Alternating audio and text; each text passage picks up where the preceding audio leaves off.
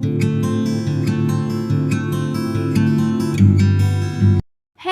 Everyone, welcome to all self pharma tutorial. तो मैं आज पढ़ाने जा रही हूँ एक्शन पोटेंशियल, जो कि HAP 2 B pharm second semester का मोस्ट इम्पॉर्टेंट टॉपिक है। तो क्योंकि और एक चीज़ की एक्शन पोटेंशियल एक जगह और इम्पॉर्टेंट हो जाता है कि जब आप रिसेप्टर पढ़ोगे, उसका पोलराइजेशन, डीपोलराइजेशन, रीपोलराइजेशन, हाइपरपोलराइजेशन देखोगे, तो उसमें बहुत जगह आपको ये चीज़ जाननी ज़रूरी है कि एक्चुअली होता क्या है। क्योंकि वहाँ पे ऐसे बस बता देते हैं कि सोडियम पोटेशियम पंप है, सोडियम पोटेशियम वोल्टेज है, वोल्टेज आयन है, आयन गेटेड चैनल है, तो ये सब होता क्या है। तो यहाँ पे ये चीज़ क्लियर अगर हो जाएगी तो पहली चीज़ तो एग्जाम में ये क्वेश्चन पूछता है 100% श्योर आपके फर्स्ट यूनिट से क्वेश्चन बनेगा। दूसरा कि आपकी नॉलेज, मतलब जो चीज़ें मेरी बाद में क्लियर हुई है, मैं चाहती हूँ वो आपकी फर्स्ट सेमेस्टर में, मतलब सेकंड सेमेस्टर में क्लियर हो जाए, यानी फर्स्ट ईयर में आपका ये सब चीज़ जो कॉन्सेप्ट है नॉर्मली क्लियर हो जाए, क्योंकि बहुत कन्फ्यूज़ करता है कभी कभी ये। ठीक है, चलिए स्टार्ट करते हैं। एक्शन पोटेंशियल होता क्या है, मैंने कल बताया था अपने कल की वीडियो में कि क्या होता है जब भी कोई, मान लो किसी ने मान लो मच्छर ने काटा, ठीक है, तो नॉर्मल क्या होता है, वो एक स्टिमुलस जाता है ब्रेन को, तो हम तुरंत अपना हाथ हटाते हैं वहाँ से, या फिर क्या करते हैं, नॉर्मल रबिंग करते हैं। ठीक है, तो ये चीज़ हमें देखना है कि कैसे वो चीज़ें प्रोड्यूस होती हैं। तो the passage of the impulse along nerve fibre, nerve fibre क्या था, एक्सॉन जो था उसे नर्व फाइबर कह रहे थे अगर याद होगा। तो जो एक्सॉन होते हैं उससे जो हमारा क्या होता है, इम्पल्स जो होता है वो क्या करता है, पास होता है। What is action potential? The depolarisation, influx of the, influx होता है और आउटफ्लक्स। अब इनफ्लक्स आउटफ्लक्स क्या होता है इसको देखने के लिए, मान लो क्या है, ये हमारी कोई सेल है, ठीक है, अगर कोई चीज़ अंदर आती है तो उसको क्या कहते हैं, इनफ्लक्स बोलते हैं। ठीक है, और अगर कोई चीज़ क्या है बाहर जा रही है तो उसको क्या बोलते हैं, आउटफ्लक्स बोलते हैं। ये दो चीज़ तो क्लियर हुई। ठीक है, अगर कोई चीज़ बाहर जा रही है तो उसको क्या कहते हैं, सेल से इनफ्लक्स, अगर अंदर आ रही है और बाहर जा रही है तो उसको क्या कहते हैं, आउटफ्लक्स कहते हैं। ठीक है, तो ये दो चीज़ हुई। तो अगर इनफ्लक्स हो रहा है सोडियम का, सोडियम का अगर इनफ्लक्स हो रहा है तो वो क्या कहता है, डीपोलराइजेशन कहलाता है। अगर ई फ्लक्स हो रहा है पोटेशियम का तो वो रीपोलराइजेशन कहलाता है। ई फ्लक्स मतलब पोटेशियम अगर बाहर जा रहा है तो रीपोलराइजेशन, और अगर मतलब डीपोलराइजेशन मतलब अगर इनफ्लक्स ऑफ द सोडियम। ठीक है, तो इसे इतने समझ आया। तो अब एक चीज़ और, स्टेप्स की इसके बात करते हैं। देखो यहाँ पे मैंने डायग्राम शो किया हुआ है, जिसको मैं एक बार क्लियर कर दूँगी बहुत अच्छे से। उसके पहले यहाँ देख लेते हैं कुछ चीज़ें लिखी हुई हैं, तो एक काम करते हैं पहले डायग्राम देख लेते हैं। देखो नॉर्मल डायग्राम ये है, बहुत ही ईजी है। हमें स्टार्ट कहाँ से करना है, यहाँ से, ख़त्म कहाँ करना है, यहाँ पे, पहली चीज़। दूसरी एक चीज़ और, देखो यहाँ जो जीरो के नीचे की वैल्यू है वो नेगेटिव है, जीरो के ऊपर की वैल्यू क्या है, +30 है। ठीक है, अब देखो जो हमारा -90 हो गया, उसके ऊपर हम देखेंगे जहाँ पे हमारा -70 मिली वोल्ट है। यहाँ पे क्या होता है, मान लो कोई स्टिमुलस आया, मान लो किसी ने तुम्हें टच किया, किसी ने मारा, ऐसा कुछ भी नॉर्मल, तो क्या होगा, स्टिमुलस आया, वो स्टिमुलस क्या करेगा, यहाँ पे सोडियम पोटेशियम चैनल है। ठीक है, तो अभी देखो सोडियम चैनल क्लोज है, पोटेशियम चैनल क्लोज है, लेकिन सोडियम का एक सिर्फ चैनल ओपन है, सोडियम एक खुला है, तो थोड़ा सा स्टिमुलस ज़्यादा आएगा। ठीक है, फिर क्या होगा, मान लो फिर थोड़ा सा स्टिमुलस और आया, तो मान लो मैं एक एग्जांपल बता रही हूँ कि मान लो एक बार में क्या है, 1000 सोडियम अंदर आ रहे थे। ठीक है, तो थोड़ा सा स्टिमुलस यानी आया, फिर अचानक से 20,000 आ गए, तो वो तुरंत क्या हो जाएगा, थ्रेशोल्ड पे पहुंच जाएगी। जो पॉइंट है आपकी वो कहाँ पहुंच जाएगी, यहाँ से होते हुए थ्रेशोल्ड पे पहुंच जाएगी, क्योंकि थ्रेशोल्ड पे पहुंचने के लिए थोड़ा सा ज़्यादा स्टिमुलस चाहिए। थ्रेशोल्ड पे पहुंच गई। अब देखो थ्रेशोल्ड कितना है, -55 मिली वोल्ट है। कभी भी पूछे तो थ्रेशोल्ड -50 वाली, यानी डीपोलराइजेशन स्टार्ट होने के लिए, ठीक है, डीपोलराइजेशन स्टार्ट होने के लिए हमेशा थ्रेशोल्ड क्रॉस करना चाहिए, पहली चीज़। एक ये क्वेश्चन पूछा गया है MCQ में। ठीक है, एक चीज़ हो गई। दूसरी कि देखो थ्रेशोल्ड जो है, इसमें देखो दोनों सोडियम आयन खुल गए, यानी वो थ्रेशोल्ड पे पहुंच गए, यानी अब डीपोलराइजेशन स्टार्ट हो जाएगा। डीपोलराइजेशन मतलब क्या होता है, सोडियम की एंट्री, सोडियम अंदर जाता है तो उसे क्या कहते हैं, डीपोलराइजेशन कहते हैं। तो अब सोडियम जो है वो एंट्री करके अंदर आ गया। अब देखो क्या हो रहा है, धीरे धीरे धीरे धीरे बढ़ रहा है और जीरो पे पहुँच गया, जीरो पे पहुँच गया। अब जीरो पे पहुँचने के बाद क्या कहा जाएगा, वो +30 तक जा रहा है। कैसे जाएगा +30 तक, देखो जो सोडियम गेट है वो हमारे क्या है, क्लोज है, और जो पोटेशियम है वो भी क्लोज है। ऐसा नहीं कि पोटेशियम अभी खुला है, पोटेशियम भी हमारा क्लोज है। तो अब देखो ये धीरे धीरे धीरे धीरे क्या हो रहा है, बढ़ रहा है, कहाँ तक पहुँच गया, +30 तक पहुँच गया। इस तो ये +30 तक यहाँ हो गया। अब +30 के बाद क्या होगा, उसकी गिरने की वैल्यू आ जाएगी, क्योंकि यहीं तक इसका स्टेबलाइजेशन है। अब उसके बाद क्या होगा, उसकी नेगेटिव वैल्यू आ जाएगी। तो थर्ड हमारा क्या होता है, देखो थर्ड में हमारा पोटेशियम गेट जो है वो ओपन, सोडियम तो हमारा बंद हो चुका है यहीं पे, तो बंद हो गया। फिर क्या होगा, हमारा पोटेशियम गेट जो होगा वो ओपन हो जाएगा। इसको क्या कहते हैं, रीपोलराइजेशन कहते हैं। मैंने यहाँ पे लिखा है ना, ई फ्लक्स, यानी बाहर जाना पोटेशियम को, उसको क्या कहते हैं, रीपोलराइजेशन। तो इस कंडीशन को क्या कह रहे हैं हम, रिपोलराइजेशन। तो active sodium and potassium pump, ये तो इसका है फिलहाल, ये आप लोग चौथा ना इसमें मत लिखिएगा, ये जो ये वाला है ना इसी के बारे में लिखा है, चौथा ये है। तो ये धीरे धीरे देखो डिक्लाइन फेज में जा रहा है, जिसे क्या कह रहे हैं, रिपोलराइजेशन कह रहे हैं। तो चौथे में आप लोग ऐसे तीर लगा लो, या तो ये समझ लो रिपोलराइजेशन है, ठीक है। तो ये रिपोलराइजेशन हो गया। अब रिपोलराइजेशन के बाद क्या होगा, वैल्यू वापस से -70 के पास आ जाएगी।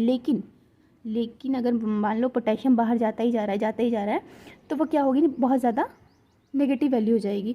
जैसे कि मान लो ये हमारी सेल है ना, ठीक है। तो सबसे पहले क्या हो रहा है, हमारा कुछ सोडियम अंदर आया, तो जब सोडियम अंदर आ जा रहा है सेल के, देखो रेस्टिंग कंडीशन में क्या होता है, हमारे पॉजिटिव चार्ज अंदर होते हैं, नेगेटिव चार्ज क्या होते हैं, बाहर होते हैं। नॉर्मल तो यही होता है, लेकिन कुछ नेगेटिव भी अंदर होते हैं। तो सबसे पहले क्या हुआ है हमारा, जब डिपोलराइजेशन में क्या हुआ, कुछ पॉजिटिव चार्ज अंदर आए, ठीक है, कुछ पॉजिटिव अंदर आए। तो पॉजिटिव अंदर आने के बाद क्या हो रहा है, डिपोलराइजेशन हो रहा है, ठीक है। सेकंड फेज में क्या हुआ, जो पोटेशियम था वो सारा बाहर चला गया। तो पोटेशियम मान लो बाहर चला गया अगर, तो अंदर की ओर क्या बचा, नेगेटिव ही तो बचा। अगर मान लो प्लस होता है तो माइनस होता है। अगर सारा पोटेशियम प्लस वाला बाहर चला गया, क्योंकि सोडियम बाहर नहीं जा सकता, सिर्फ पोटेशियम बाहर जा रहा है पॉजिटिव फॉर्म में, तो सोडियम बाहर चला गया तो अंदर तो नेगेटिव ही सिर्फ बचा। अब अगर अंदर नेगेटिव बच रहा है तो वो क्या हो जाएगा, अंदर की नेगेटिव कॉज, उसे हाइपर पोलराइजेशन कहते हैं। तो देखो वही बोल रहा है कि अब देखो हमारा पहले यहाँ सोडियम अंदर जा रहा था, डिपोलराइजेशन हो गया, पॉजिटिव हो गया। अब क्या होगा, सोडियम गेट बंद हो गया, अब तो पोटेशियम जो है जितना वो भी बाहर चला जा रहा है। तो अब जब पोटेशियम बाहर चला जा रहा है तो पोटेशियम बाहर जाता जाएगा, तो एक वो कंडीशन आ जाएगी जहाँ पे बहुत सारे पोटेशियम बाहर चले जाएंगे। तो अंदर की ओर क्या बचेगा, सिर्फ नेगेटिव चार्ज बचेगा। उसको क्या कहते हैं, हाइपर पोलराइजेशन कहते हैं। यानी जो हमारी सेल है वो प्योर नेगेटिव है, इसीलिए उसको क्या कहते हैं, हाइपर पोलराइजेशन कहते हैं। तो यहाँ पे अब क्या होगा, हाइपरपोलराइजेशन हो गया। फिर लास्ट में हमारी रेस्टिंग कंडीशन आएगी, यानी वो वापस से वो कंडीशन, मतलब वो पीरियड जिसमें -90 तो हाइपरपोलराइजेशन हो गया। अब वो पीरियड जिसमें जो हमारा है इम्पल्स है उसको -70 में जाने में जितना टाइम लग रहा है उसको क्या कहते हैं, रेस्टिंग पोटेंशियल कहते हैं, ठीक है। उसको कहते हैं रेस्टिंग पोटेंशियल कहते हैं, या फिर आप उसी को रेफ्रेक्टोरी पीरियड कह देते हैं, जिसमें कोई भी एक्शन पोटेंशियल नहीं चाहिए, यानी जो हो रहा है वही चल रहा है, एक्शन पोटेंशियल कोई वापस से नहीं आएगा। तो ये वापस जाता है, तो इसमें क्या होता है, देखो रेस्टिंग पोटेंशियल में अब क्या होता है, एक्टिवेट हो जाता है सोडियम एंड पोटेशियम पम्प। ये लिखा है ना ऐसे, सोडियम पोटेशियम पम्प एक्टिवेट हो जाता है। तो अब देखो जितने भी पॉजिटिव होते मतलब पोटेशियम अंदर आने लगते हैं सोडियम पोटेशियम पम्प में, और ये होता है अब जो होता है सोडियम बाहर जाने लगता है, जिससे क्या होता है, हमारे वापस से रेस्टिंग कंडीशन आ जाती है। तो रेस्टिंग कंडीशन में क्या था, हमारा पोटेशियम अंदर ही तो था और सोडियम बाहर था, ठीक है। मतलब जो हमारी फर्स्ट कंडीशन थी यहाँ पे क्या था, देखो सोडियम बाहर था और पोटेशियम अंदर था, तो हमारा जितना भी सोडियम फिर वो बाहर जा रहा है, ऐसे ही तो हो रहा था।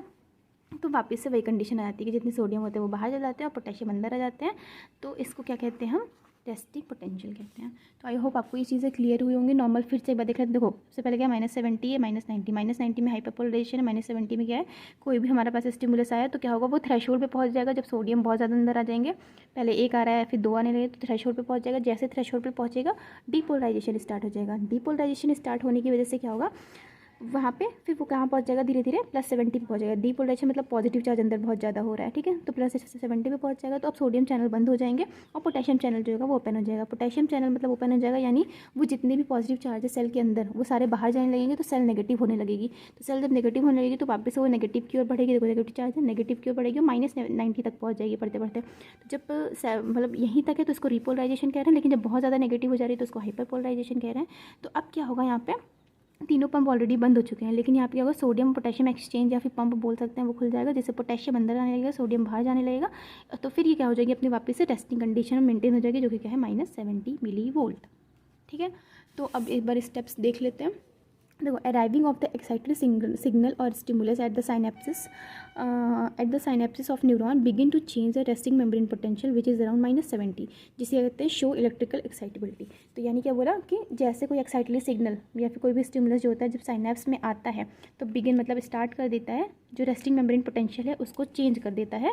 यानी इस रेस्टिंग मेम्ब्रेन पोटेंशियल को क्या कर रहा है, चेंज करके -70 से उसको क्या कर दे रहा है, शो इलेक्ट्रिक एक्साइटेबिलिटी, वो क्या कर रहा है, इलेक्ट्रिकल एक्साइटेबिलिटी शो कर रहा है, ठीक है। तो मेम्ब्रेन पोटेंशियल जो कि क्या है -70 इसको चेंज कर रहा है। अब rapid influx of the sodium ion via voltage gated sodium channel, ये आप लोग को याद रखना है कि यहाँ पे वोल्टेज गेटेड सोडियम चैनल है, ठीक है। तो वोल्टेज गेटेड सोडियम चैनल वो क्या करेगा, थ्रेशोल्ड डिपोलराइजेशन क्रॉस करेगा। देखो अब क्या होगा, सोडियम चैनल जो होगा वो देखो 2 ओपन हो गया, तो ये sodium channel voltage gated sodium channel जो है इसकी वजह से क्या होगा, थ्रेशोल्ड डिपोलराइजेशन स्टार्ट हो जाएगा। अब above the threshold depolarisation phase occur the cell become more positive. अब मैंने बताया था ना कि डिपोलराइजेशन जो स्टार्ट है, यानी थ्रेशोल्ड के ऊपर की जो वैल्यू है वहाँ पे पॉजिटिव सेल जो होगी बहुत ज़्यादा पॉजिटिव हो जाएगी, तो उसे क्या कहते हैं, cell become more positive which is called the depolarization phase. तो membrane potential reach the +30 millivolt maximum membrane depolarization, यानी जो ये +30 मिलीवोल्ट है ये, इसको क्या कहते हैं, मैक्सिमम मैक्सिमम मेम्ब्रेन डिपोलराइजेशन कहते हैं, जिसे +30 मिली वोल्ट कहते हैं, ठीक है। फिर sodium channel are closing and continuously outflowing potassium ion generate the repolarisation phase of action potential. यानी क्या कह रहा है कि अब देखो सोडियम चैनल जो है वो क्लोज हो जाएगा और क्या हो जाएगा, कंटिन्यूसली आउटफ्लो, मतलब बाहर की ओर हमारा क्या जाने लगेगा, पोटेशियम जितने भी है वो बाहर जाने लगेंगे, जिससे क्या हो जाएगा, रिपोलराइजेशन फेज जो है वो प्रोड्यूस हो जाएगा। अब क्या होगा, देखो एक्सेस आउटफ्लो, अब मान लो जैसे ही एक्सेस आउटफ्लो हो रहा है, may be large enough to cause the hyperpolarisation phase. यानी बहुत ज़्यादा जब आउटफ्लो हो रहा है तो वो क्या कॉज करेगा, हाइपरपोलराइजेशन कॉज करेगा। तो अब सेल जो होगी वो क्या हो जाएगी, बहुत ज़्यादा नेगेटिव हो जाएगी, क्योंकि देखो अब सेल जितने भी पोटेशियम थे वो सारे बाहर चले गए, तो अब सेल क्या हो जाएगी यहाँ पे हाइपरपोलराइज, यानी -90 तक आ जाएगी, जिसे क्या कहते हैं, हाइपरपोलराइजेशन कहते हैं। तो इस साइड हमारी क्या होगी, हाइपरपोलराइज हो गई। फिर ATP activated sodium potassium channel pump. अब देखो क्या होगा क्योंकि हमें सेल को हाइपरपोलराइज नहीं रखना है, हमें वापस से उसको थोड़ा सा आराम देना है, जिसे कहते हैं रेस्टिंग पोटेंशियल। तो हमें यहाँ तक पहुँचाने के लिए, अब हमें यहाँ तक पहुँचाने के लिए क्या करेगा, जो एक्टिवेट हो जाएगा हमारा क्या, सोडियम पोटेशियम। तो the ATP activated sodium potassium channel pump and located in cell membrane, वो जो सेल मेम्ब्रेन पर लोकेट होता है, ब्रिंग द, वो क्या करेगा, membrane back to the resting level, वो जो मेम्ब्रेन है उसको रेस्टिंग लेवल तक लाएगा। They pump sodium out of the cell, ये क्या करेगा, जो जितने भी हमारे सोडियम है उसको सेल के बाहर लेके जाएगा, और जितने भी हमारे पोटेशियम है अब उसको क्या करेगा, बैक इनटू द सेल, वो जो जितने भी पोटेशियम उसको सेल के अंदर लेकर के आएगा। तो no more action potential can elicit मतलब होता है प्रोड्यूस होना, तो no new action potential can elicit is called and, इसको क्या कहते हैं, रेफ्रैक्टोरी पीरियड कहते हैं, ठीक है। तो आई होप ये चीज़ें आपको क्लियर होंगी। मैंने बहुत ही इजी वे में, अगर आप लोग ये वीडियो 1-2 बार देख करके खुद से नोट्स निकालते हैं तो मतलब मैं श्योर कह रही हूँ बहुत अच्छे से आपका तैयार हो जाएगा। अच्छा एक चीज़ और देखो, तो इसमें आप लोग की जो फर्स्ट यूनिट है उसमें मोस्टली चीज़ें मैंने कवर कर दी हैं। आपका एक ब्रेन बचा है, उसमें जो पार्ट्स दिए हुए हैं ब्रेन के, जो कि आप हम 10th 11th 12th हर जगह पढ़ते आ रहे हैं, वो है। दूसरा आपका स्पाइनल कॉर्ड बचा है, स्पाइनल कॉर्ड का मतलब ग्रॉस स्ट्रक्चर। और थर्ड आपको बचा है एफरेंट एंड इफरेंट, मतलब एफरेंट और इफरेंट नर्व जो होती हैं उसके फंक्शन बचा है, ठीक है। तो देखो एक चीज़ मैं बताऊं, ये ब्रेन तो मैं कवर नहीं करवाऊंगी क्योंकि ये बहुत इजी टॉपिक है, आप लोग को हर जगह अच्छे से मिल जाएगा, तो ये आप लोग खुद ही कर लीजिएगा, बहुत इजी, कुछ नहीं करना है उसमें, बस ब्रेन का स्ट्रक्चर बनाना है और जो जो सेरिब्रम वगैरह जैसे दिया है आपके यूनिट में उसको बस उसके फंक्शन लिखना है, ठीक है, उसको हो जाएगा। स्पाइनल कॉर्ड मैंने अपने प्रीवियस वीडियो में एक बार एक्सप्लेन किया है आपके HAP फर्स्ट में, तो मैं ये स्ट्रक्चर यहाँ पर दिखा देती हूँ स्पाइनल कॉर्ड का। तो मतलब इसमें कुछ है नहीं, देखो स्पाइनल कॉर्ड में ये हमारा स्पाइनल कॉर्ड होता है, ये ग्रे मैटर होता है और ये वाइट मैटर होता है। वाइट मैटर मतलब माइलिन जिसमें प्रेजेंट होता है वो वाइट मैटर होता है, और ग्रे मैटर जिसमें माइलिन नहीं प्रेजेंट होता है। तो ये देखो ये क्या होता है, हमारा डॉर्सल रेमस होता है, ये वेंट्रल, डॉर्सल मतलब ऊपर वाला, वेंट्रल मतलब नीचे वाला। तो देखो ये क्या करता है, डॉर्सल रूट होता है और ये स्पाइनल नर्व होती है। ये वाइट रेमस होता है, ये ग्रे रेमस होता है, वेंट्रल। मान लो कोई भी स्टिमुलस आया, वो यहाँ से होता हुआ ब्रेन तक जाएगा, फिर वो जो लेकर के आ रही है, यानी जो लेके जा रही है वो क्या है, हमारी सेंसरी न्यूरॉन है, यहाँ मैसेज लेके जाएगी और फिर यहाँ से क्या होगा, सिग्नल यहाँ से वापस आता है। तो ये आपका स्पाइनल नर्व का या फिर स्पाइनल कॉर्ड का ग्रॉस स्ट्रक्चर है, इसको आप बना सकते हो। यहाँ पे थोड़ा सा बस ऐसे स्टिमुलस दिखा देना ऐसे ऐसे करके कुछ, ठीक है। ये क्या हो जाएगा, कोई भी स्टिमुलस हो जाएगा, ठीक है। तो यहाँ पे आप ऐसे दिखा सकते हो। तो इसको भी आप अगर आप चाहते हो एक्सप्लेनेशन, तो मैंने इसको HAP फर्स्ट के एक वीडियो में एक्सप्लेन किया हुआ है, स्पाइनल नर्व नाम था उसका, तो वहाँ से आप देख लेना। तो ये आपका स्पाइनल नर्व हो गया, ये हो गया आपका। और ये एफरेंट डिफरेंट जो है ये कुछ नहीं है, 1-1 2-2 मार्क्स में अगर पूछेगा तो पूछेगा, नहीं तो नहीं पूछ सकता वैसे 1-2 मार्क्स में। तो मैं इसके बाद जो क्वेश्चंस बनाऊंगी इंपॉर्टेंट सीरीज की, उसमें मैं इसको एक्सप्लेन कर दूँगी, ठीक है। कुछ नहीं है उसमें, बहुत ईजी है। तो आपकी फ़र्स्ट यूनिट पूरी HAP की इस तरह से कंप्लीट होती है। कोई भी अगर डाउट है तो मुझसे मतलब आराम से आप कमेंट सेक्शन में कमेंट कर सकते हैं, टेलीग्राम पे मतलब ज्वाइन कर सकते हैं टेलीग्राम, या फिर इंस्टाग्राम पे भी आप पूछ सकते हैं, वहाँ पे मैं जवाब दे पाती हूँ, क्योंकि इंस्टाग्राम थोड़ा इजी हो जाता है जवाब देना वहाँ पे, ठीक है। तो अब हम देखते हैं क्या कंप्लीट करवाते हैं। ये एक्शन पोटेंशियल प्लीज़ पढ़ लीजिए क्योंकि बहुत इंपॉर्टेंट होने वाला है। तब तक के लिए stay focus, tata bye bye, जय हिंद जय भारत।